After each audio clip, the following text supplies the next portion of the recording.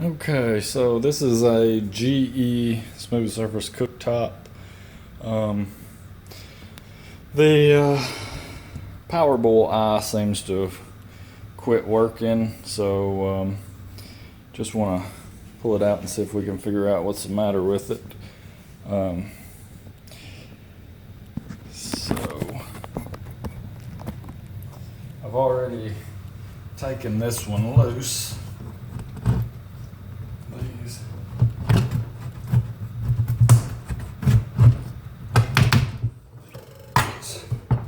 slide out. Before I get going too far, let me say, before you do anything on this, be sure that the electricity is shut off to the appliance. So first thing you need to do, flip the breaker, turn off the power. And then these have two straps, one on each side, that be mounted up under your countertop. So take those loose, pops right up. The knobs slide straight up and off. And then there are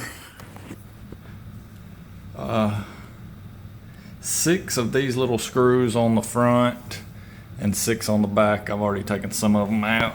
And then there's 2 on each side. They're the screws, little star bits. They're directly under the glass cooktop. So what we need to do is take all those out and if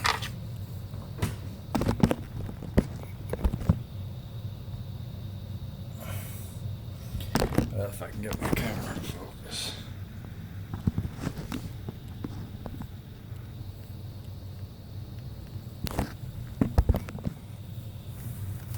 There we go. Okay, so I'll just pop the rest of these out.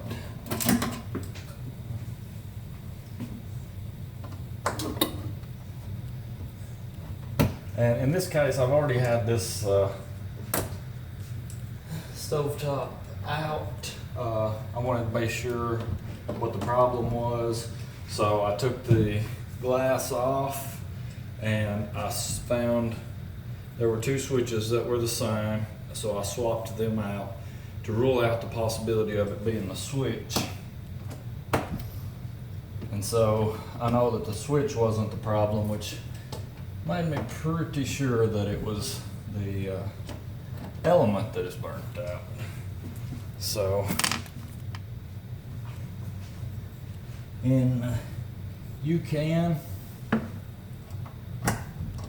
these have a power cord coming out the back, and once you get the power turned off, you can disconnect that where you can pull the unit all the way out.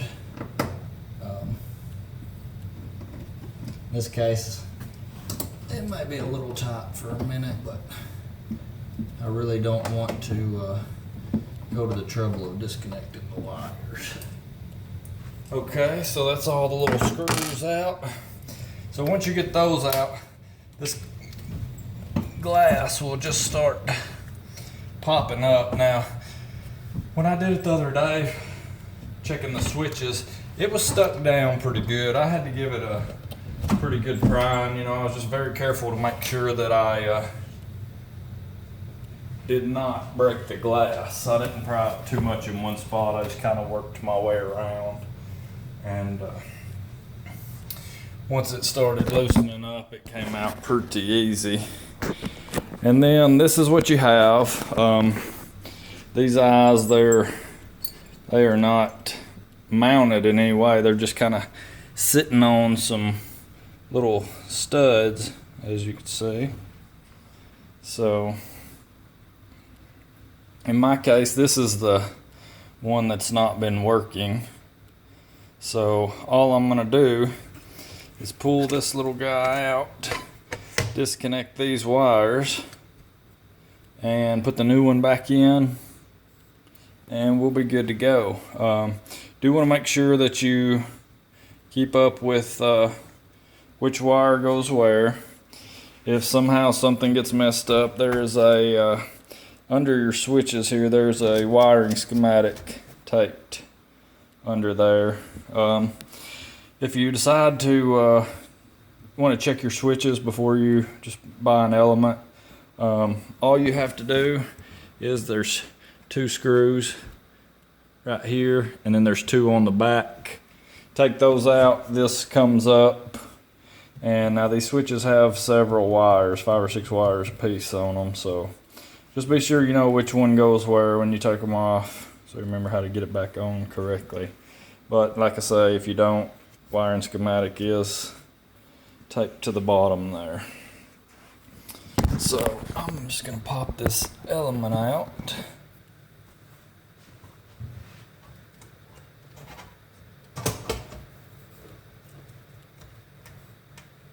Maybe Easier said than done. These wires are on there pretty good.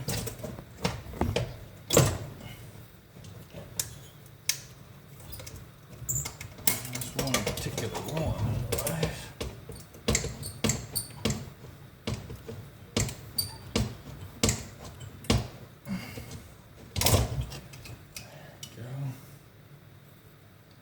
All right. Whoa, my camera fell. So I've got the wires out. I'm not high tech, guys. I've just got some cups sitting here. The camera popped up again. So I've got the wires disconnected. It was 4 wires, 1, 2, 3, 4, and then simply pull it straight up. Okay, so here is the new element. I have had this before, but I have not tried the new one. Just got it in today. So hopefully we're making a good video here that produces some good results. Okay. One thing I just now noticed is that my new element does not have the little ears that go over the stud on it. So what I'm gonna have to do is take those off and transfer them to the new unit. Take me just a second.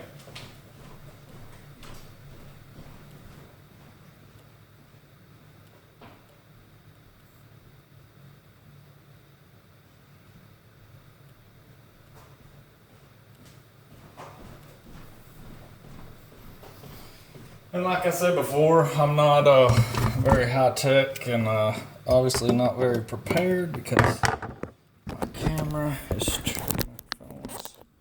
trying to die here. So let me just plug that into it. See if I can get it to stay. I'll just hold it here for a sec. All I'm gonna do is take these little ears off.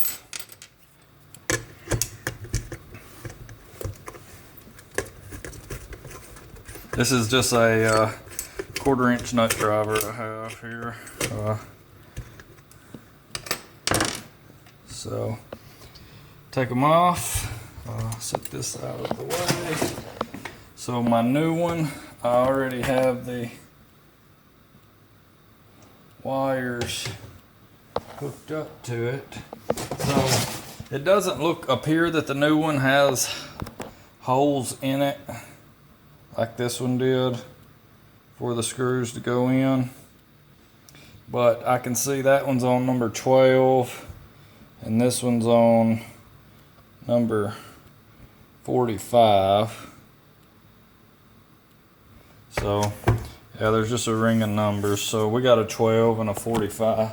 So what I'll do is I will put them back on in the same place. Hopefully everything will line up correctly.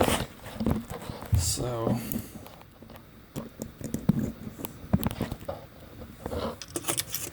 let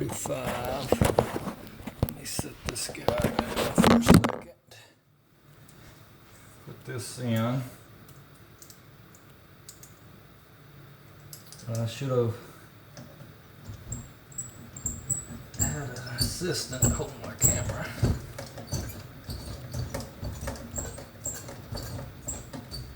Okay, so that one's on 45, and I'll put the next one on 12. Hopefully everything will line up correctly. Made this video because I had this problem with this stovetop, and there were not an abundance of videos. I had trouble, you know, I was having to watch the videos with just the regular stoves and just didn't see anything that really matched this, so I decided just to make this a video and hopefully it'll help somebody out. So those lined up great on 12 and 45. So just sit it back on top of the studs. Now what I'm going to do is I'm going to go turn the power back on, and I'm going to turn this thing on and make sure it works, looks good before I put the glass back on. So let me set this down for 1 second here.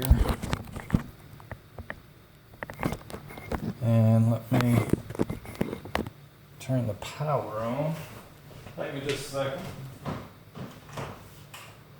Hopefully you won't see any sparks.